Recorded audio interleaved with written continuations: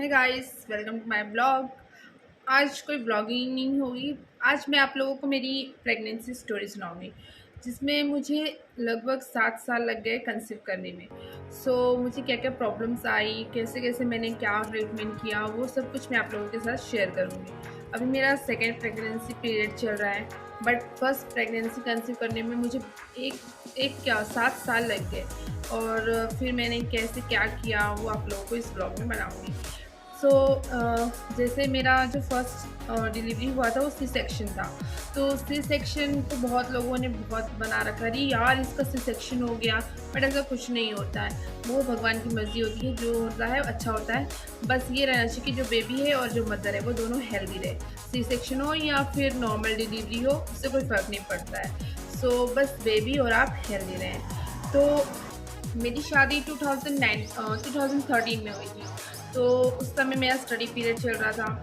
तो 3 साल तक तो मैंने सोचा ही नहीं कंसीव करने के बाद। फिर मैं अपने मायके से ससुराल आई, तो वहाँ पर 2 साल फिर मैंने सोचा कि यार 3 साल हो गए और सब बहुत कुछ बोल रहे थे। एक्चुअली सबके मन में रहता है ना कि मेरे हस्बैंड इकलौते हैं, तो सब सोच रहे थे कि जल्दी से फैमिली बढ़ जाए, घर में बेबी आ जाए।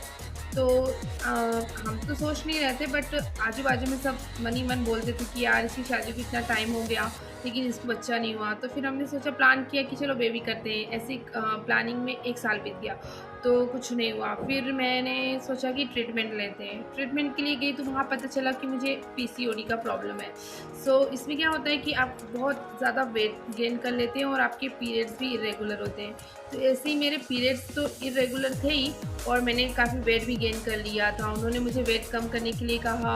फिर मैंने अपना वेट लूज़ करना स्टार्ट किया, बट एक्चुअली मेरा इतना वेट ज़्यादा भी नहीं था। I think I am about 65 kg और 67 kg, बट स्टिल मैंने अपना वेट लूज़ किया and I become up to 60 kg।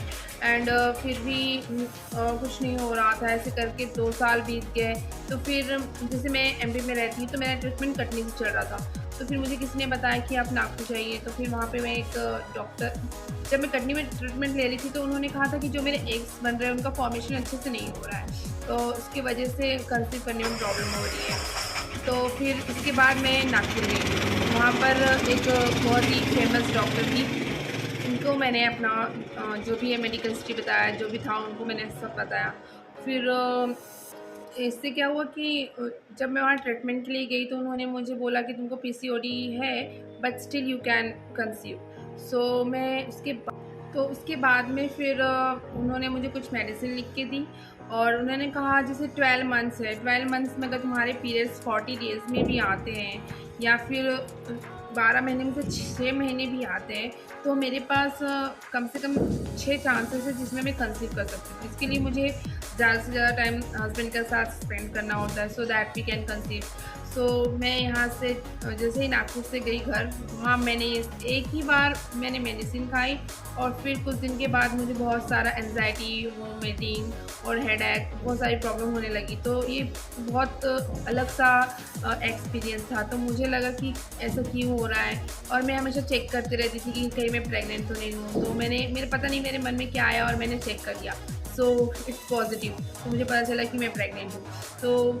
इतने सारे ट्रीटमेंट करने के बाद भी कुछ नहीं हुआ। मैं एक बार नागपुर गई, उन्होंने पता नहीं कौन सी मेडिसिन लिख के दी थी या जो भी था, आई वॉज प्रेगनेंट। तो ये बात मुझे यकीन तो हो नहीं रही थी। फिर मैंने अपने हस्बैंड को बताई, तो उनको भी विश्वास नहीं हो रहा था। इतना बड़ा गैप हो जाए और आपको सडनली पता चले कि यू आर प्रेगनेंट, तो जल्दी भरोसा नहीं होता है। उसके बाद फिर हम लोग सोनोग्राफी के लिए गए, तो सोनोग्राफी का रिजल्ट पॉजिटिव आया, और उसमें भी था कि मैं प्रेगनेंट हूँ। फिर उसके बाद 3 महीने बाद मैंने ये बातें अपने फैमिली में शेयर की, और फिर उसके बाद मेरा सी सेक्शन हुआ। सिजेरियन के बाद एक क्यूट सा बेबी क्रिश हुआ, और वो भी हेल्दी है, मैं भी हेल्दी हूँ। It doesn't matter you have C section और you have normal delivery, is that कि आप और आपका बेबी हेल्दी रहे। It's matters only, it's word. और कुछ फ़र्क नहीं पड़ता है नॉर्मल हो या सिजेरियन हो। बस ये रहता है कि नॉर्मल में आपकी रिकवरी जल्दी होती है, और सिजेरियन में आपको 3 मंथ्स एटलीस्ट स्पेंड करने पड़ते हैं अपनी हेल्थ को रिकवर करने के लिए। बाकी कोई फ़र्क नहीं पड़ता। आपको ब्लॉग कैसा लगा? Thanks for watching. Please subscribe to my YouTube channel and keep sharing and support me. Thanks.